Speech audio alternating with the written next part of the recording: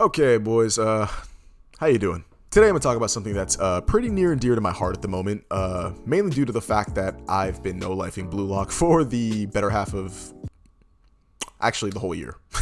Throughout Blue Lock's 201 chapters that have been released so far, one thing has managed to stay the same: the absolute neck-snapping, face-punching, and at times overstimulating level of action and intensity that is presented throughout each game. Kenishiro has managed to present each game with its own style and set of objectives that allows the characters to have actual development while also keeping the reader at the edge of their seat. And this is presented most effectively at the climax of every single attack: the goals. There have been an absolutely stupid amount of goals scored in the series, from Team Z's first game all the way to the current Manshine vs Bastard match. No matter who scores or the amount of style or skill required to score the goal, each and every goal feels significant, and it's for good reason. The entire point of Blue Lock's creation is to score goals. Hell, Ego's mindset revolves solely around the idea of scoring more than everybody else. So today I want to take a look at every single goal we've seen thus far and pick out my top 10 favorite goals of the bunch. There's a couple factors I'm going to take into account when determining which one's better than the others, such as skill, level of opponent, and most importantly how significant the goal was, whether it was in the case of a game winner or even just the showcase of a player's true strength if it's significant enough, I guess. So with that said, comment down below what your favorite goal in all of Blue Lock has been so far. Sit back, relax, and enjoy. God, I just realized you can totally see the script in my glasses. Oh shit. Okay, quick honorable mention while I clean my glasses here. Bachira's B-Shot, insane amounts of style. The celebration at the end was pretty cold too. And it was our first display of just how much someone could truly evolve due to the Neo Egoist training, but more to that extent, how they'd evolve when they're the centerpiece of the entire team. Not only do we see Bachira break down the entire BM defense all by himself, but he scores one of the most stylistic and creative goals we've seen in the entire series. It's no shock that Bachira scores one of the most creative ones, and that's honestly why I needed to mention this, but sadly, it's going to miss out on my personal top 10. Coming in at number 10, we have Isagi's first goal. Now, this one, while not being as action-packed as some of the later ones that we'll find throughout the series, it's one of the more significant goals, especially early on in the series. We see the seeds of Isagi using his vision being planted, not to mention this is his first time unintentionally using the direct shot, and on top of it, it's the first time our MC scored in the entire anime, manga, whatever you want to call it.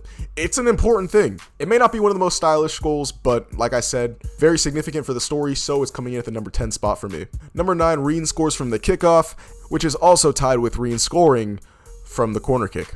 I don't need to talk about this one. Everyone knows how cold Rin is. It's no secret at this point. And this is completely apparent when he absolutely dismantles Isagi and his entire team in the first game we see in the second selection. This is the first time we see Rin actually putting in some effort, and it serves as a way to not only set up his rivalry with Isagi, but it completely uplifted the entire skill gap within all of Blue Lock, because after Rin's introduced, it just gets fucking stupid. Not to mention the fact that Rin is still the standard at this point, if I'm being quite honest. So yeah, his two stupid goals come in at number 9. Speaking of Rin, number 8, Rin gets lucky. Happening at the very end of the second selection, this comes as a result is not only the manga, but Rin himself puts it, luck. And I think that's the craziest part here, because not only do we get the development of Isagi finally devouring Rin in some sense, because he definitely defeats him in the matchup, but it also adds layers as Isagi still doesn't win. Even if he took that small little mental victory over Rin for just that one little second in the game, he still lost, and that just adds to the chip on his shoulder, just fueling the rivalry even more. And damn, my dog, I didn't even realize he was over there. Also, the art is so sick on this one. I remember I was reading through the manga online, just seeing the panel of the ball falling down to Rin. I shit you guys not, I was out of my fucking chair, like fucking pacing around my room, like what the fuck? Coming in at number 7, we have Noel Noah's dual-legged dominance. Okay, so I think it was predictable that when we'd actually get a showcase of Noel Noah's abilities, he was going to be pretty impressive. But this was just fucking stupid. I mean, sure, just being ambidextrous doesn't seem like that great of a power. It feels like something you can almost train, but at the same time, being naturally just as strong on both sides of your body, that's fucking impressive. I'm not going to get off into that tangent. I'll save it for another video if you guys want. But from the display of his machine dribbling all the way to that absolutely just fucking beautiful left-footed shot. Oh, no. There's a reason this guy's the number 1. There's a reason he beat out Ronaldo and Messi.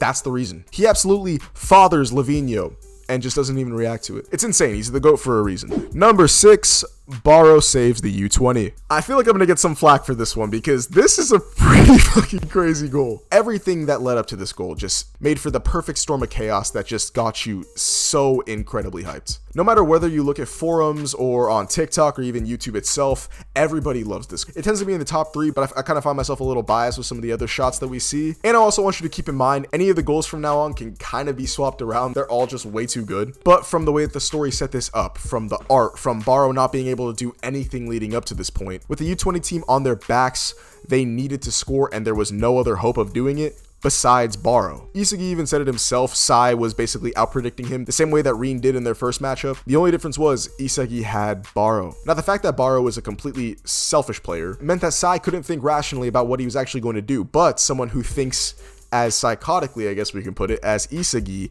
could actually break it down, and that gives him the advantage against someone at Sai's level. All these factors combined together to lead to the absolutely electric goal, and eventually one of the coldest panels in the entire manga, Baro ripping his shirt off and screaming at the top of his lungs, "I just fucking did that. Bow to the king." Moving on to number 5, we have Livigno's Dance of Death. Okay, everybody knew this was going to be on there. Livigno is so cold, dude. Livigno's so cold. The second that we saw there being some sort of a Neymar clone or just a presumable dribble god at the pro level, we knew he was going to do something absolutely stupid once he got in the game. This led to Isagi choking, fucking up the battle between him and Noel, allowing Livigno to just...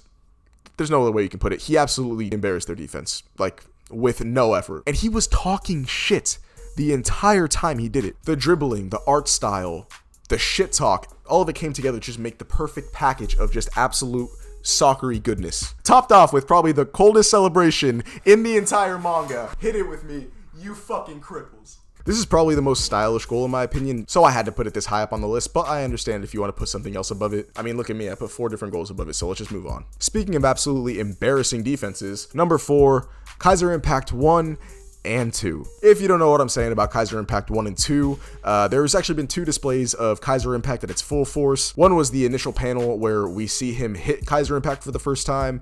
Noel Noah describes that it's his world-class ability, declaring that nobody, even himself, has a faster shot swing than Michael Kaiser in the entire world, complete with the Executioner's bow, which, let's be honest, rivals Livigno's bow. The way Kenichiro drew these panels with just absolute velocity and violence just thrown all over the place does nothing but emphasize just how crazy of a shot Kaiser possesses. Similar to Reen's goal from earlier, this also completely set the power hierarchy that we thought we had in the show. But I mean, it didn't take Isagi long to close that gap. That's something we'll talk about in another video. Sticking on the train of embarrassing defenses, number 3, Nagi's lucky goal. My personal favorite character, Nagi emerges in the Manchan City game, starting off as basically the focal point of their team. Once they realized this really wasn't working against Bastard, they were like, okay, we have to call an audible, and that's when he decided to team back up with Rio. This led to one of the craziest chemical reactions, basically completely carried by Nagi, if I'm being honest. Rio did awaken though, so I'm gonna try and give him a little bit of a shout out in this case. But really, it was all Nagi hitting an absolutely insane 5 fake volley, declaring that he is the best player in the world.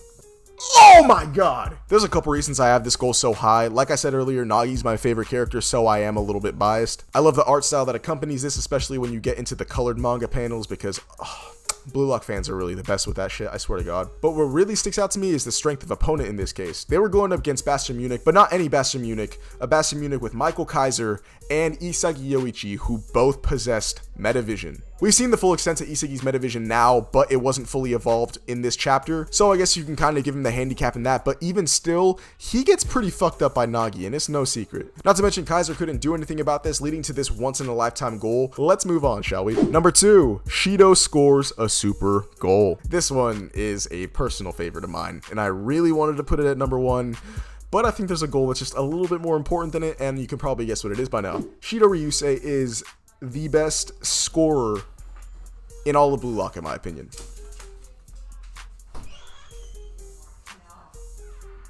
Damn, that's fucked up. From the second that Shido stepped into the U20 game, you can tell there was a complete shift in the tone of the game. The Japan U20 team was starting to fall behind until they got this absolutely electric super sub to just go stupid. I mean, sure, he was accompanied by Toshi Sai, but who else is going to make goals like this? Especially this one. Not only was this, I believe, the second goal that Shido scored, the first one in its own right being absolutely monstrous, but it was off a deflection in an area that no one should be able to score from. He had his back to the goal. He was like this, and then he was like this. Like, how are you doing that, Shido? Everything about this. Everything about this. Skill, style, the art, the colored panels, the celebrations. Oh my god, don't even get me.